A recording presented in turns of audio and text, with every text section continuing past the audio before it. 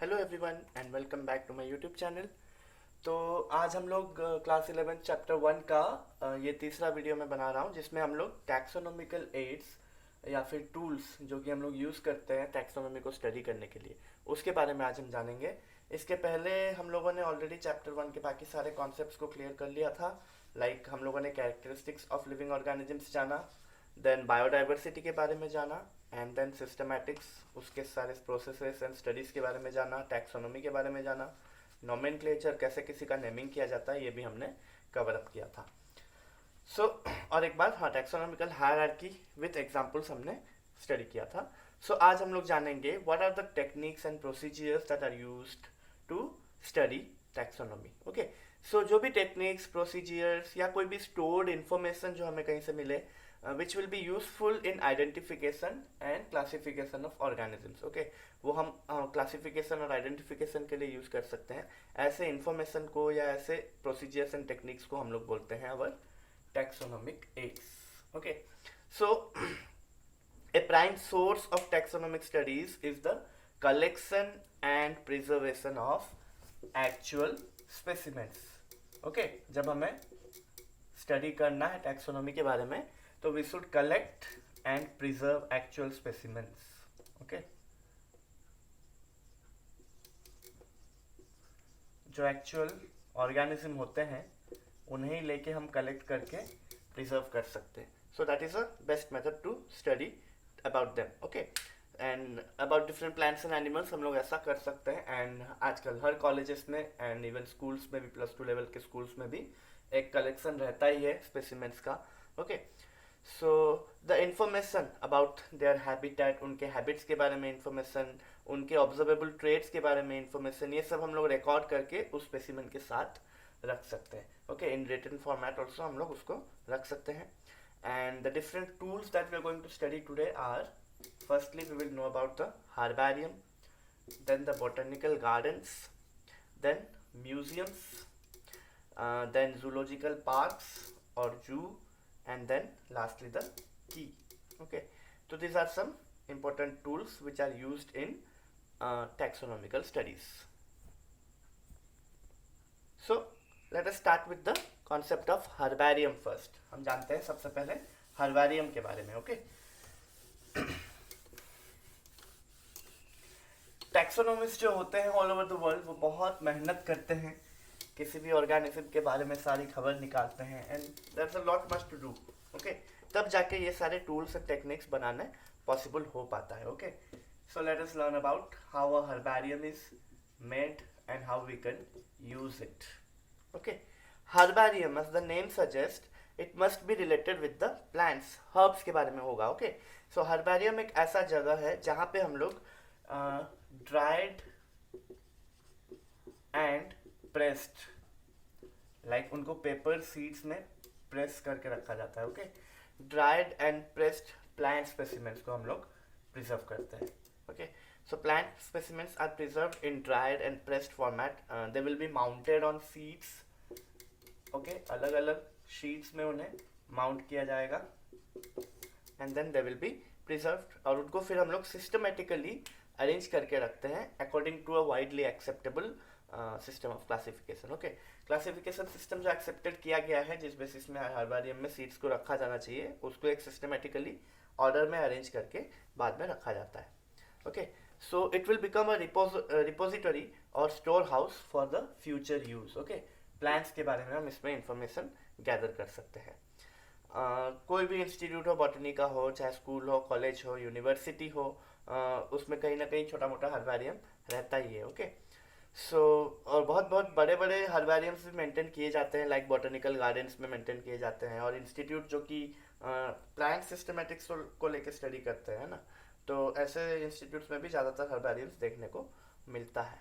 Okay, and yes, every student of botany must have its own herbarium with him. Okay, उसके पास अपना खुद का herbarium होना चाहिए, और नहीं भी है तो वो बना सकता है। So let us see what we will require to build our own herbarium. Okay, हम लोग अलग अलग इक्विपमेंट्स को ले सकते हैं। अगर हम लोग सिस्टमेटिकली देखा जाए, जिस तरीके से बनाना चाहिए हर्बेरियम वैसे ही बनाने की कोशिश करें, तो हमें कुछ इंस्ट्रूमेंट्स या इक्विपमेंट्स की ज़रूरत पड़ सकती है।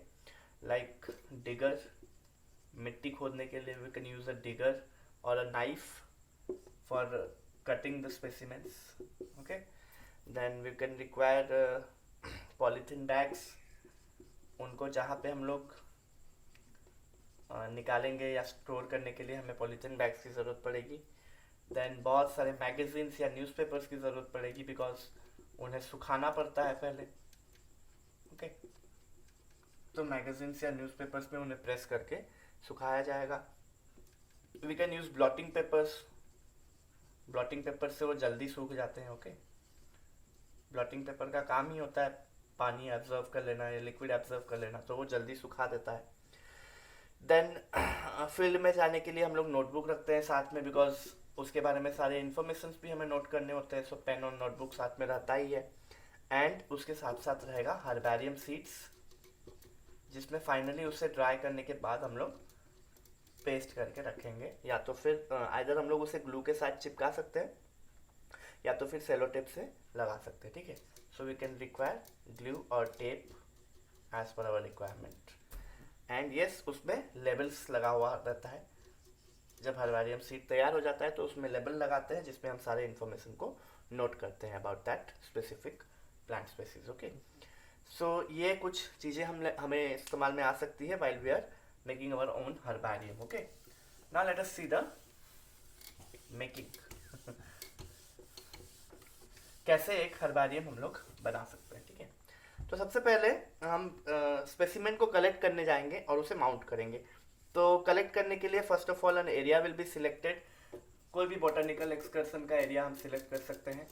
ओके, जहाँ पर अलग अलग टाइप के प्लांट्स हमें देखने को मिलते हो. ओके, सो प्रिफरेबली हम लोग ऐसे साइट पे विजिट करते हैं जहाँ पे डिफरेंट प्लांट्स ग्रो करते हैं. एंड ऑपोजिटली हम क्या कर सकते हैं, हम डिफरेंट सीजन्स में सेम साइट को विजिट कर सकते हैं ताकि अलग अलग टाइप के प्लांट्स हम कलेक्ट कर सकें. ओके, सो जैसे हर्बासियस स्पेसीज होते हैं, छोटे छोटे स्पेसीज होते हैं, छोटे छोटे प्लांट स्पेसीज, तो उनको हम लोग पूरा का पूरा प्लांट को इंटैक्ट पूरे पार्ट्स को ऐसे ही कलेक्ट करके रख सकते हैं. फॉर शूट्स जिसमें फ्लावर्स आ चुके हैं उनके लिए हम लीफ अलग से, फ्रूट अलग से, फ्लावर अलग से ऐसे कट करके लाके रख सकते हैं. एंड अगर ज़्यादा ही हाइट में अंदर तक रूट्स फैल चुके हैं तो हम लोग डिगर का इस्तेमाल करके उसे निकाल सकते हैं या फिर प्रूनिंग नाइफ के सहारे हम लोग उसे काट सकते हैं. And then the collected specimen, जो भी हमने मटेरियल कलेक्ट किया, कोई भी हो, चाहे ट्यूबर हो, कॉम हो, राइजोम हो, रूट सिस्टम अगर कलेक्ट करना है वहाँ से निकाल सकते हैं. देन वो कलेक्टेड मटेरियल को हम लोग पॉलीथीन बैग में रखते हैं. देन उसको लेके आते हैं. Otherwise we can also use a vasculum. Okay, अगर हम पॉलीथीन बैग्स में रखते हैं ठीक है, फाइन, लेकिन अगर एक वैस्कुलम इस्तेमाल करें तो वो भी बहुत अच्छा होता है. वैस्कुलम एक स्पेशल टाइप का बॉक्स होता है जिसका लेंथ लगभग 45 to 60 मीटर का लेंथ होता है, सेंटीमीटर का लेंथ होता है उसका. एंड लगभग 25 सेंटीमीटर का वो चौड़ा होता है. ठीक है, 25 से 20 सेंटीमीटर का चौड़ाई होता है उसका. ओके, सो ये हम लोग इस्तेमाल कर सकते हैं एक वैस्कुलम बॉक्स जिसमें हम लोग स्पेसिमेन को कलेक्ट करके ला सकते हैं. तो ये वैस्कुलम में मटेरियल्स को रखने से क्या होता है, वो जैसे है वैसे ही रहते हैं, उनका कोई लीफ विल्टिंग नहीं होता है, कुछ प्रॉब्लम नहीं आता है मटेरियल्स के साथ. और वो उसको हम लोग जब तक ड्राइंग सीट्स में नहीं रख देते तब तक वैसे का वैसा ही पड़ा रहता है. ओके, फिर हम लोग कलेक्टेड स्पेसिमेन को लेके मैगजीन्स के ऊपर में स्प्रेड करते हैं या फिर न्यूज़पेपर सीड्स के ऊपर में स्प्रेड करते हैं. जब हम लोग स्प्रेड करते हैं तो हमें ख्याल रखना चाहिए कि हम प्रॉपरली स्प्रेड करें. और जैसे कि फ्लावर्स को अगर हम लोग स्प्रेड करके रखना चाह रहे हैं तो उसके जो पार्ट्स होते हैं उसे क्लियरली विजुअलाइज करके ओपन करके हम लोग रखेंगे ताकि उसके सारे पार्ट्स इजीली नज़र आ सके. स्प्रेड करके रखेंगे उसे, पेटल्स को सेपरेट कर देंगे ताकि इजीली नज़र आ सके फ्लावर का इंटरनल पार्ट्स भी. एक्सपोजर में रखेंगे उसको, सारे ऑर्गेन्स को. ठीक है, and then magazines and newspaper sheets को हम लोग रख देंगे किसी भी प्रेस के इनसाइड में ताकि वो दबे और सूखे जल्दी से जल्दी. ठीक है, और तब तक हम लोग जो भी कलेक्टेड स्पेसिमेन का डिटेल है वो भी हम लोग लिख सकते हैं नोटबुक में. एंड जो डिटेल्स लिखने हैं उसमें इंक्लूड होता है लाइक द प्लांट साइज के बारे में लिखेंगे, ब्रांचिंग पैटर्न कैसा है लिख सकते हैं, रूट सिस्टम कैसा था उसका वो लिख सकते हैं. देन स्पेशलाइज्ड अंडरग्राउंड अगर उसके ऑर्गेन्स है तो उसके बारे में लिख सकते हैं. फ्लावर के बारे में लिख सकते हैं, ओके, फ्लावर कलर हो गया, टोपोग्राफी कैसा है, ओके, ये सारी चीज़ें हम लोग उस पर मेंशन कर सकते हैं। And mostly the date of collection that should be mentioned, okay. तो ये सारी चीज़ें हम लोग उसमें मेंशन करते हैं। और जैसे ही हमने मैगजीन्स या न्यूज़पेपर पे उसको स्प्रेड कर दिया है तो लगभग हमें 24 घंटे के बाद उसको चेंज करना पड़ता है वो सीड्स को, क्योंकि क्या होता है, उससे ड्राइंग आसानी हो जाता है, बिकॉज एक बार मैगजीन्स के ऊपर स्प्रेड कर दिए तो वो सारा वाटर तो जितना ऑब्जर्व करना होता है कर लेता है। फिर हम अगर वो मैगजीन पेपर या न्यूज़पेपर सीट को चेंज कर देंगे तो ड्राइंग इजीली हो जाएगा, जल्दी इवेपोरेशन होगा, ओके। और लगभग 3 से 5 दिन के अंतराल में हमें 2 से 3 बार इसे चेंज करना होगा, ताकि इजीली हम लोग का स्पेसिमेन जल्दी से जल्दी सूख के तैयार हो सके, ओके। या फिर हम लोग ब्लॉटिंग पेपर का भी इस्तेमाल कर सकते हैं, उससे भी जल्दी सूख जाएगा मटेरियल। एंड आफ्टर दैट हम लोग हर्बेरियम सीड्स को सिलेक्ट करेंगे। General size of a herbarium seed, it could be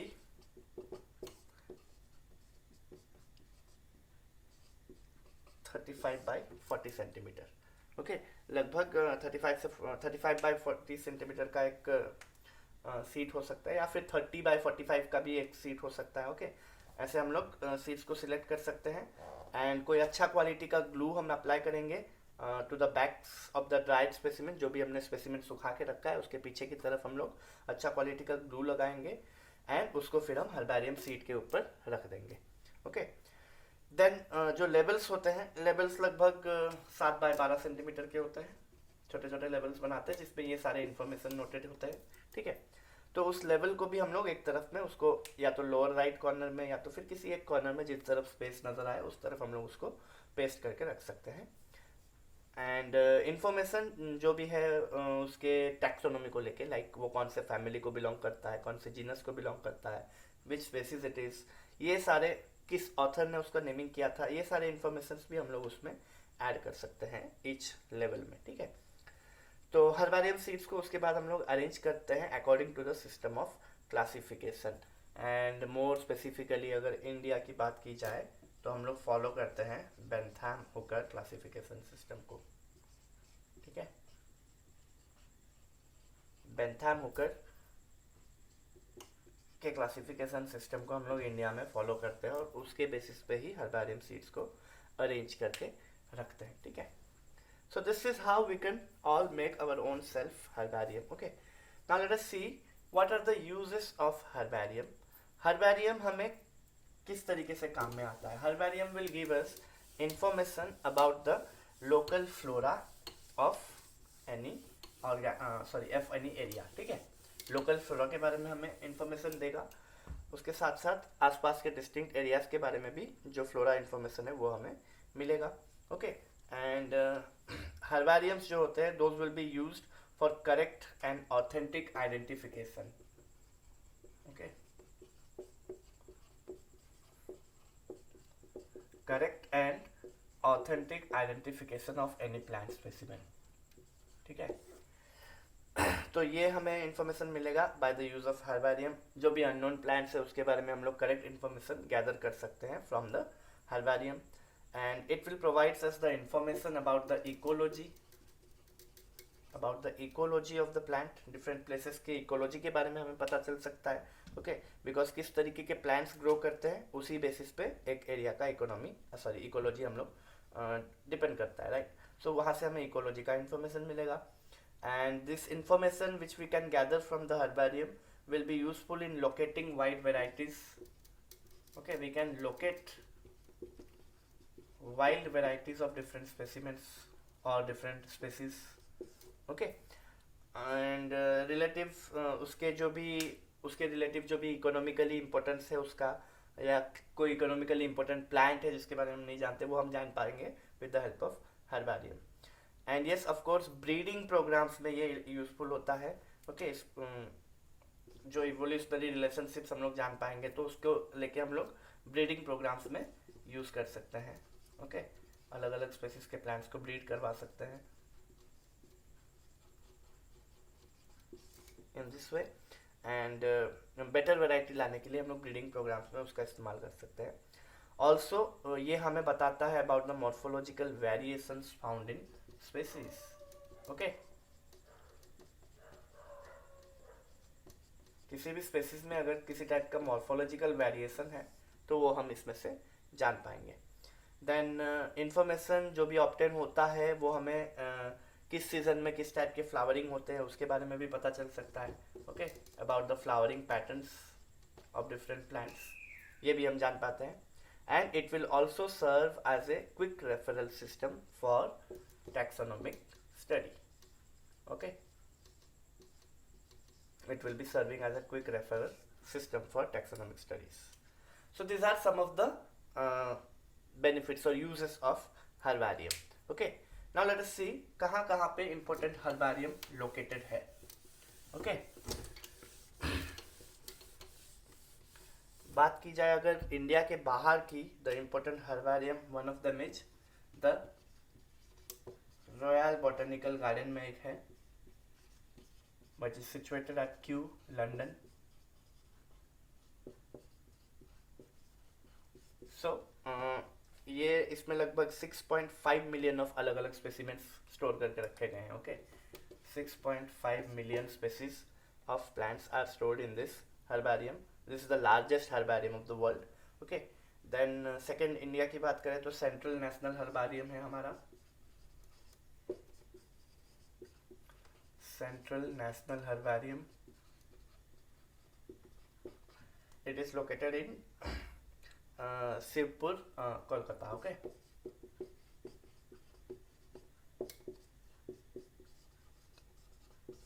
ये है इंडिया में एंड इंडियन बॉटनिकल गार्डन्स के अंडर में जाता है। इसमें भी 2 मिलियन स्पेसीज के बारे में इंफॉर्मेशन है। देन और भी है, मद्रास हर्बारियम हो गया, then herbarium of national botanical research institute जो कि लखनऊ में जो है उसमें लगभग 80,000 स्पेसीज का जिक्र है। एंड मद्रास में जो है मद्रास हर्बारियम कोयम्बतूर में जो है इंडिया में, उसमें भी लगभग 1.5 लाख स्पेसीज के बारे में इंफॉर्मेशन है। ओके, सो ये हो गए हर्बारियम्स के बारे में information. Next we will move to some identification of species with the help of different kinds of structures like manuals, then flora, monographs, catalogs,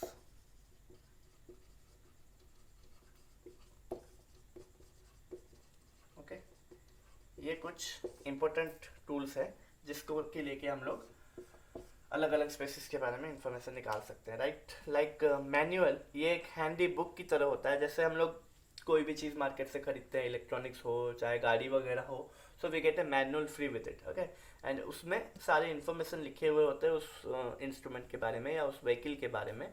together with that उसके यूजेस क्या है, कैसे हम उसे यूज़ कर सकते हैं, वो भी उसमें बताया हुआ रहता है। सिमिलरली एक मैनुअल एक हैंडी बुक है जिसमें इंफॉर्मेशन रहता है so as to the occurrence, collection and identification of species found in a particular area। ठीक है, एक पर्टिकुलर एरिया के स्पेसीज के बारे में इसमें सारे इंफॉर्मेशन हमें मिल सकता है, सो हमें manual. Okay, then secondly the flora, ये एक ऐसा बुक है जिसमें इंफॉर्मेशन रहता है so as to the habitat, climate, seasonal changes, distribution, description and index of plants found in a particular area. Since ये फ्लोरा है तो प्लांट्स के बारे में इंफॉर्मेशन देगा, वही सेम पर्टिकुलर एरिया में एक पर्टिकुलर प्लांट के बारे में हमें इंफॉर्मेशन मिल सकता है। ये एक बुक है जिसमें कलेक्शन रहता है सारे इंफॉर्मेशन का। Okay, about a plant in a specific area. Then a monograph, mono means single. Okay, so ये एक ऐसा ट्रीटाइज है जिसमें सारे के सारे इंफॉर्मेशन रहता है अबाउट अ पर्टिकुलर टैक्सॉन। एक पर्टिकुलर टैक्सॉन के बारे में इसमें इंफॉर्मेशन रहता है, लाइक कोई पर्टिकुलर फैमिली है, कोई पर्टिकुलर जीनस है, उसमें जितने भी ऑर्गेनिजम्स बिलोंग करते हैं उसके बारे में डिटेल्स में हमें मिल जाएगा। Okay, and then the catalogue, yes of course, catalogue ऐसी स्ट्रक्चर है जिसके बारे में सबको पता होगा।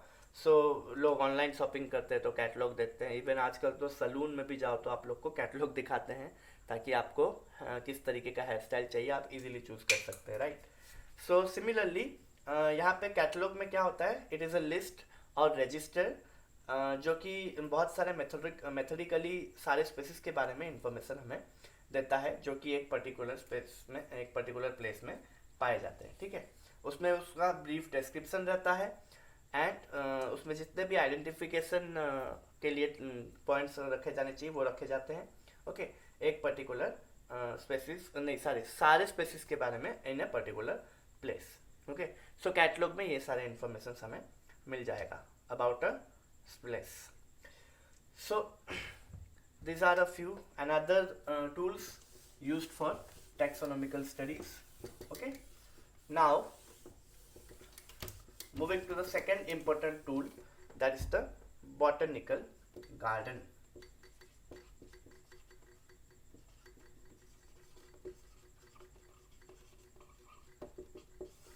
Okay, the botanical gardens, ये क्या है ना, ये लोग मतलब this things are sufficiently large sized tracts, जहाँ पर क्या होता है कि प्लांट्स, लोगों को डिफरेंट डिफरेंट टाइप्स के प्लांट्स को हम लोग एक जगह पे मतलब अलग अलग एरियाज के अलग अलग टाइप के प्लांट्स को लाके एक पर्टिकुलर जगह पे रखा जाता है। दे will B grown, okay, plants they will B grown, since botanical garden है तो ऑफ कोर्स प्लांट्स के बारे में रहेगा, ओके। सो यहाँ पे अलग अलग एरियाज के प्लांट्स को, अलग अलग डिफरेंट टाइप्स के प्लांट्स को लेके आया जाता है और उनको ग्रो किया जाता है for scientific and educational purposes, okay. Scientific और एजुकेशनल पर्पज के लिए इन्हें ग्रो किया जाएगा at a particular area, okay. And the first real botanical garden वो एक्चुअली डेवलप किया गया था by himself, the father of botany, Theophrastus, okay. उन्होंने डेवलप किया था,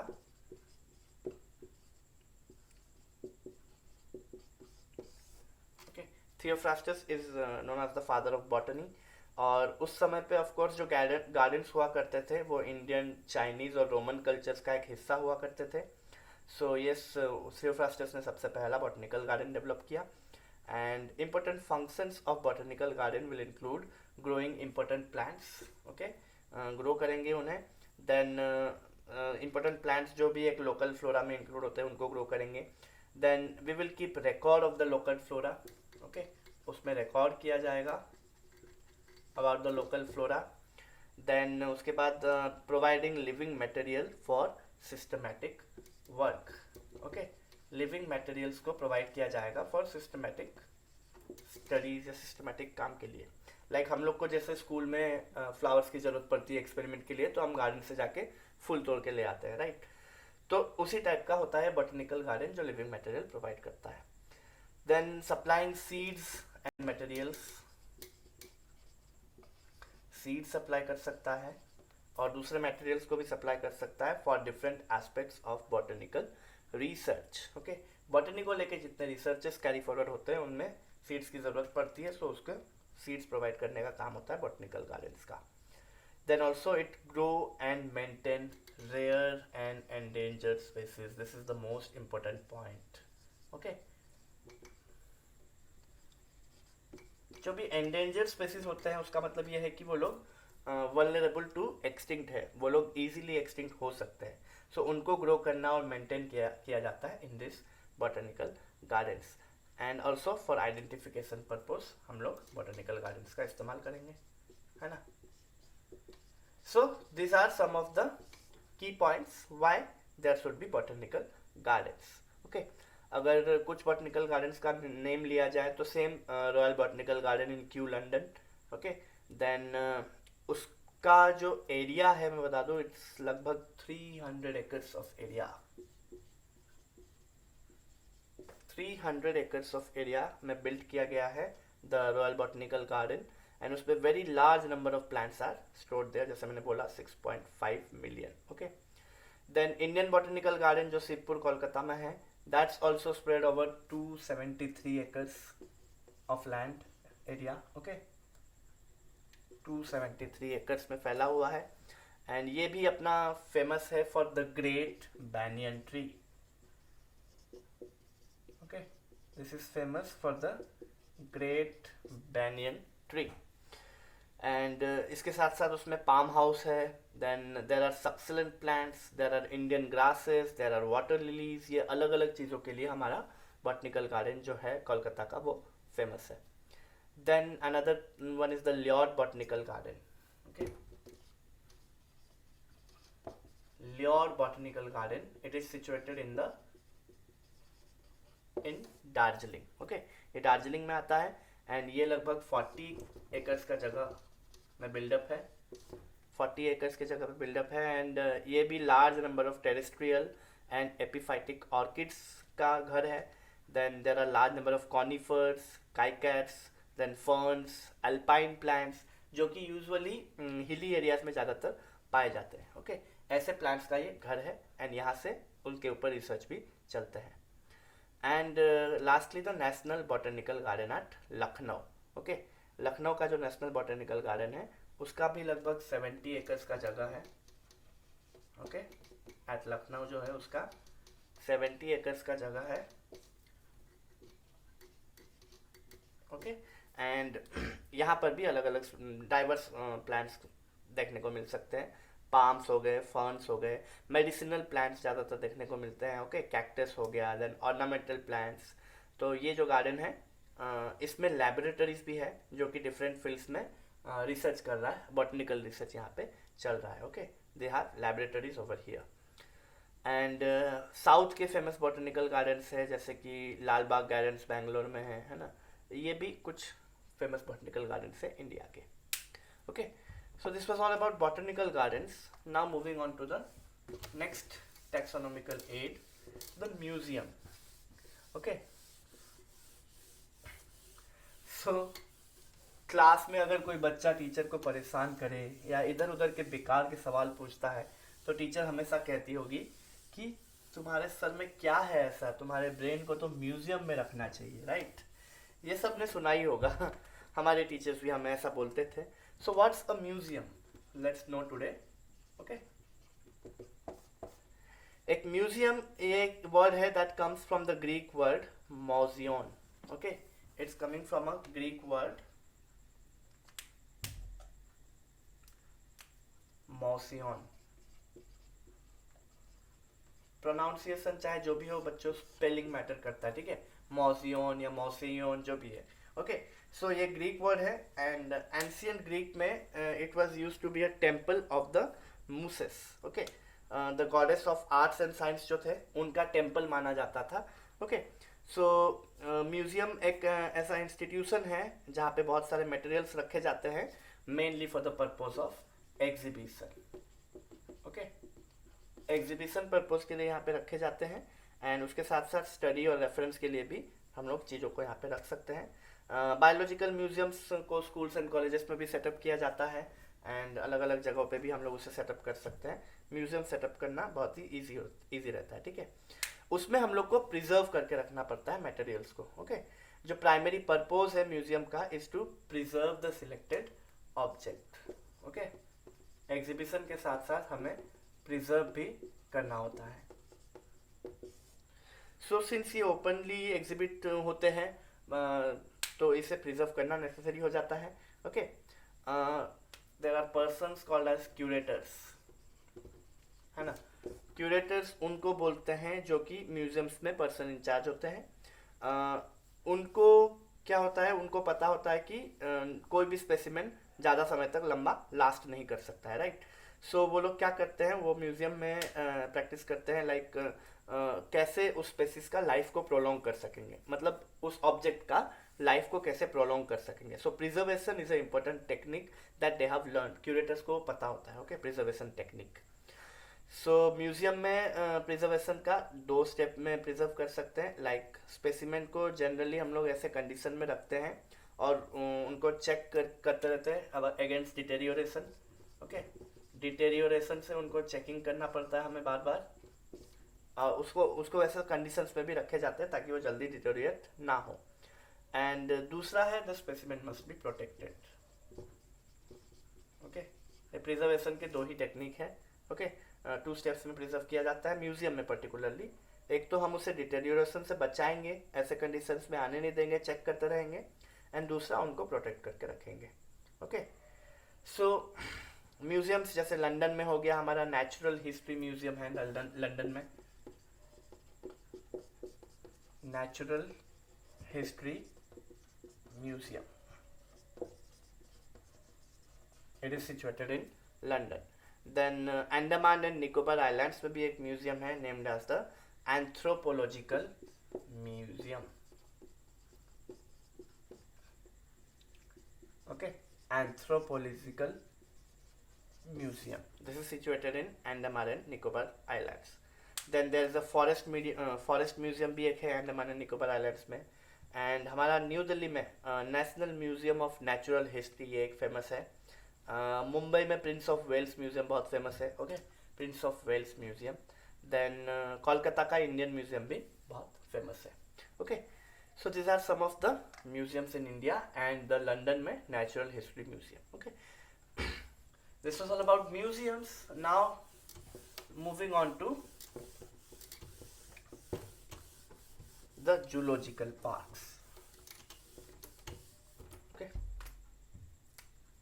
zoological parks या zoo.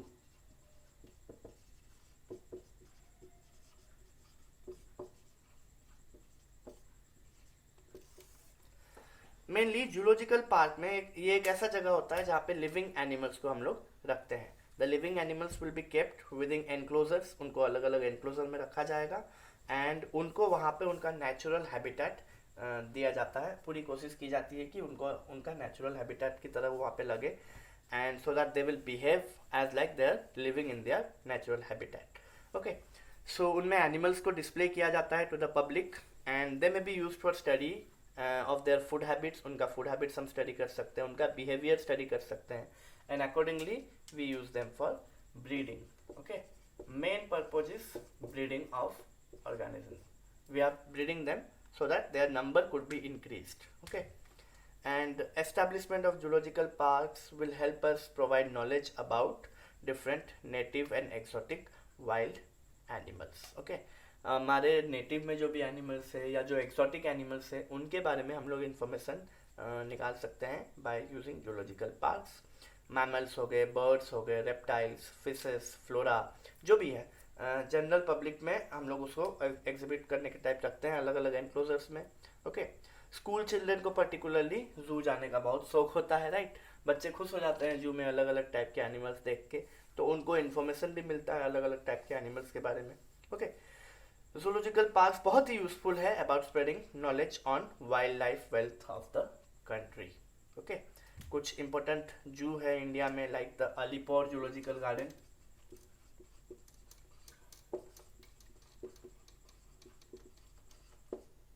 Alipur zoological garden, this is situated in Kolkata.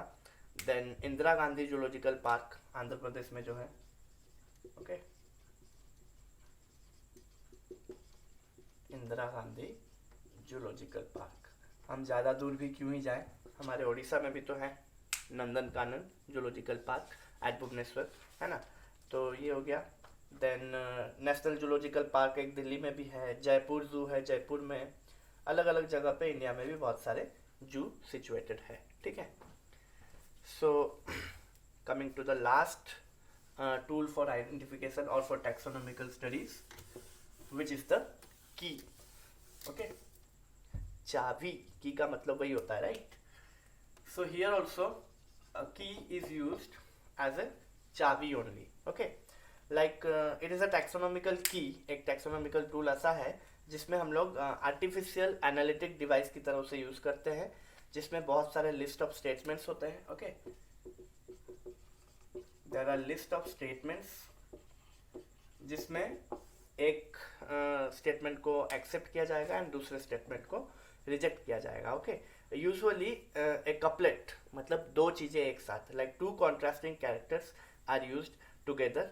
Okay, इसीलिए इसे बोलते हैं डाइकोटोमिक टेबल या अल्टरनेट कैरेक्टर्स का इस्तेमाल करना. ओके, जिसमें स्टेटमेंट्स में दो स्टेटमेंट्स रहते हैं जिसमें से एक को एक्सेप्ट किया जाता है दूसरे को रिजेक्ट किया जाता है. ओके, जो एक स्टेटमेंट होगा एक कैरेक्टर के बारे में होगा और अगर वो उस ऑर्गेनिज्म में प्रेजेंट है तो we will choose that statement and we will identify that organism to be belonging to that category or to be that organism particularly and दूसरा स्टेटमेंट को हम रिजेक्ट कर देंगे. एंड अगर वो फर्स्ट स्टेटमेंट से मैच नहीं कर रहा है तो ऑफकोर्स वो दूसरे स्टेटमेंट से मैच करता ही होगा. Okay, so in this way we got one statement by another statement. एक एक स्टेटमेंट को पढ़ते पढ़ते हम लोग ऑर्गेनिजम्स को आइडेंटिफाई करते हैं. Okay, and each statement which is there in a key is said to be a lead. Okay, जैसे सीआईडी में दया को बोलता है ना प्रद्युमन कि कुछ लीड मिली है दया, चलो उसको फॉलो करते हैं, लाइक दैट यहाँ पर एक एक स्टेटमेंट हमारे लिए एक लीड हो सकता है to be followed and to identify the organism. Okay, so अलग अलग टैक्सोनॉमी कीज यूज किए जा सकते हैं फैमिलीज, जीनस एंड स्पीसीज को आइडेंटिफाई करने के लिए. ओके, सो सिमिलरली यहाँ पे दो तरीके के बेसिक कीज होते हैं, like the indented keys and the second one are the bracketed keys. okay, दो तरीके के की का इस्तेमाल किया जा सकता है. इंडेंटेड कीज या फिर यॉक्ड की जिसे बोलते हैं. ओके, इंडेंटेड कीज में क्या होता है, they contain a sequence of choices between two और मोर कैरेक्टरिस्टिक्स. उसमें लिस्टिंग किया जाएगा कैरेक्टर्स का और उसमें से हम लोग को चॉइस करना रहता है. एंड केयरफुल सिलेक्शन अगर हम लोग करें कैरेक्टर का तो हम लोग एक एक सब डिवीजन में ही उसके ऑर्गेनिजम्स को हम लोग एग्जैक्ट नेम से आइडेंटिफाई कर सकते हैं एंड उसके बारे में हम लोग जान सकते हैं. राइट, लेकिन ब्रैकेटेड की भी थोड़ा सा डिफरेंट है. वो usually it is a contrasting characters को इस्तेमाल करता है ब्रैकेटेड की, और वो इंडेंटेड की तरह ही होता है, लेकिन यहाँ पे हम लोग एक एक लेवल पे एक एक सब डिवीजन पे आइडेंटिफाई नहीं कर पाते हैं. We have to wait till the end. Okay, सारे ऑर्गेनिजम्स को आइडेंटिफाई करने के लिए हमें एंड वाले स्टेटमेंट तक वेट करना पड़ता है. Okay, and instead each character is given a number in the bracket. जैसे मैं समझा दूंगा एक एग्जांपल के साथ. तो क्या होता है, इसमें कोई सेपरेशन नहीं होता है, हमें एक साथ लास्ट में आइडेंटिफिकेशन पता चलता है सबका, एंड सब डिवाइडिंग कैरेक्टर्स बीच में नहीं होते हैं. ओके, अगर हम लोग एक एग्जांपल लेंगे तो शायद मैं आप लोग को बेटर समझा पाऊंगा. Let us right about a की विद अ एग्जांपल. ओके,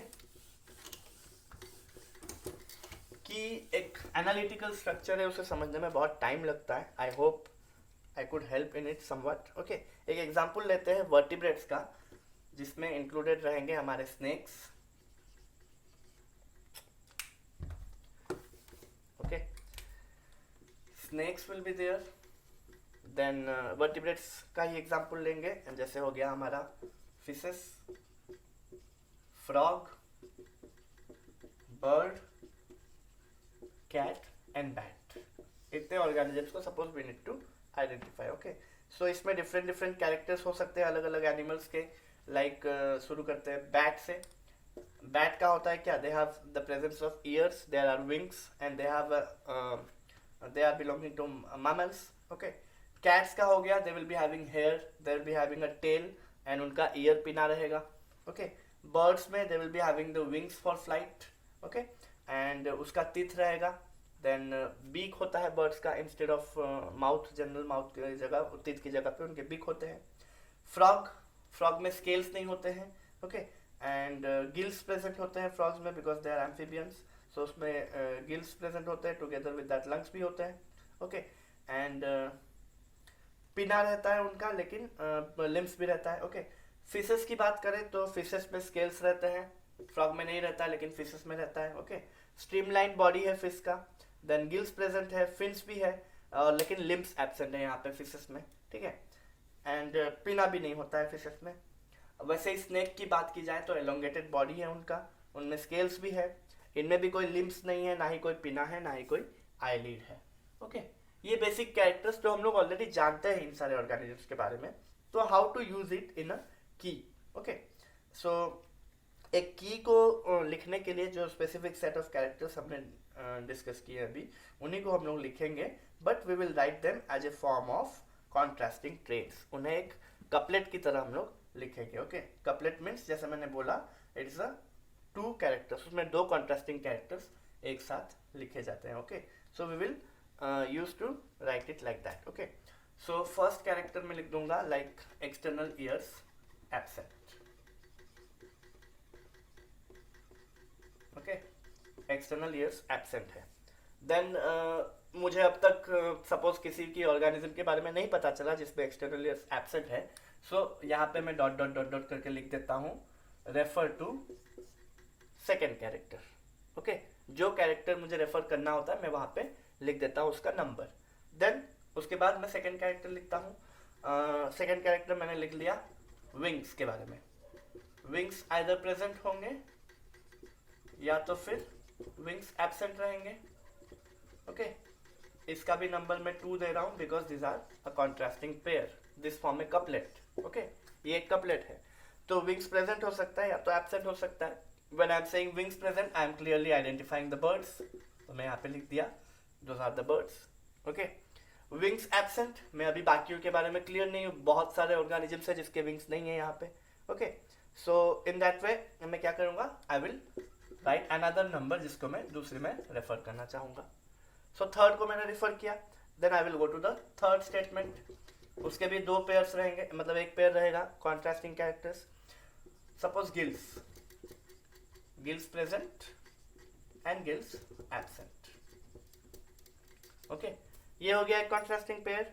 तो इसमें मैं जान सकता हूँ ये ऑफ कोर्स फिशेस का गिल रहता है, so I identified the fishes here. But again gills absent, और दूसरे ऑर्गेनिजम्स भी है जिनकी गिल्स नहीं है, so I will again tell to refer to point number 4 और कैरेक्टर नंबर 4। ठीक है, देन फिर मैं फोर्थ कैरेक्टर यहाँ पे लिख दूंगा। फोर्थ कैरेक्टर में सपोज मैं लेता हूँ लिम्स के बारे में। Limbs absent, limbs present. ठीक है, तो किस किस ऑर्गेनिज्म से ऊपर में लिम्स नहीं है, ऑफ कोर्स स्नेक में लिम्स नहीं है, so I could identify a snake here. Okay, then limbs present के लिए मैं लिख सकता हूँ फ्रॉग। आइडेंटिफाई हो गया मेरा फ्रॉग, फ्रॉग में लिम्स है। ओके, देन हमने सबके कॉन्ट्रास्टिंग कैरेक्टर्स लिखे थे लेकिन इसके नहीं लिखे थे। एक्सटर्नल ईयर्स एब्सेंट की जगह पे मैं अभी उसका कॉन्ट्रास्टिंग ट्रेट यहाँ पे लिखूंगा, एक्सटर्नल ईयर्स प्रेजेंट। ओके, ऐसा कुछ नहीं है, मैं इसको यहाँ पर भी लिख सकता था, बट सिंस मैं एक सीरियल के हिसाब से जा रहा हूँ तो इसीलिए मैंने यहाँ पे इसको रेफर करने के लिए, बिकॉज मैं इसे 5th पॉइंट में रेफर करने वाला था, इसीलिए मैंने उसको बाद में रख दिया। You can write it there also, उसमें कोई प्रॉब्लम नहीं है। ओके, सो एक्सटर्नल ईयर्स जिसमें प्रेजेंट है मैं 5th पॉइंट में उसको रेफर कर रहा हूँ। सो 5th पॉइंट में मैं किसके बारे में लिखूंगा, the 5th character, 5th pair of character जिसके बारे में मैं लिखूंगा, and that will be the present and absence of wings. Okay, again wings present है या एब्सेंट है, again I am repeating the character. Okay, because क्या है, बर्ड्स में भी विंग्स होते हैं और बैट्स में भी विंग्स होते हैं। ठीक है, so on the basis of external years वहाँ पे मैंने उसको एक ही को आइडेंटिफाई किया था, अभी मैं दोबारा उसको आइडेंटिफाई करूंगा कि विंग्स प्रेजेंट है तो उसे हम बैट बोलेंगे, एंड विंग्स एब्सेंट है तो रिमेनिंग ऑर्गेनिज्म हमारा कैट आइडेंटिफाई हो जाएगा। ठीक है, so in this way we could identify a group of organisms, suppose group of vertebrates, by using a key, जिसमें हम लोग ब्रैकेटेड की में ऐसे हम लोग अल्टरनेटिव कैरेक्टर्स को नोट करते हैं और एक पर्टिकुलर नंबर देते हैं for reference of the next point. ये नंबर वाला जो सिस्टम है वो इंडेंटेड कीज में एब्सेंट होता है। इंडेंटेड कीज में जैसे जैसे कैरेक्टर्स लिखे जाते हैं, there are a bunch of characters written at a time, though they are contrasting, लेकिन एक कॉन्ट्रास्ट के कैरेक्टर्स को एक साथ लिख दिया जाएगा, देन दूसरे कॉन्ट्रास्ट के कैरेक्टर्स को एक साथ लिख दिया जाएगा, देन आइडेंटिफिकेशन उसी के साथ में लिख दिया जाता है, like external ears absent, wings absent, gills absent, ऐसा करके एक ग्रुप ऑफ कैरेक्टर्स लिख दिया गया, उसमें जो जो ऑर्गेनिजम्स गए उसको आइडेंटिफाई कर लिया गया, देन दूसरा सेट लिखा जाता है। So in this way we use the key for identification. Okay, so this was all about the taxonomical aids or tools which we use for identification and for taxonomical studies at different levels. Okay, so with this we have completed the first chapter of 11th class. The living world is completely over. So as promised earlier, हम लोग इसके next वाले video में कुछ important questions discuss करेंगे and हम लोग आपको MCQs भी provide करेंगे। Okay, सो इसके साथ साथ कुछ एडिशनल इन्फॉर्मेशन भी मैं इसके नेक्स्ट वीडियो में ही आप लोग को सप्लाई करूँगा। Okay, so with this I will conclude the first chapter. I hope you all like this videos, and अब तक अगर आप लोगों ने सब्सक्राइब नहीं किया है तो कर लीजिए ताकि लेटेस्ट अपडेट्स आपको अर्लीस्ट पॉसिबल वे में मिल सके। Okay, thank you all.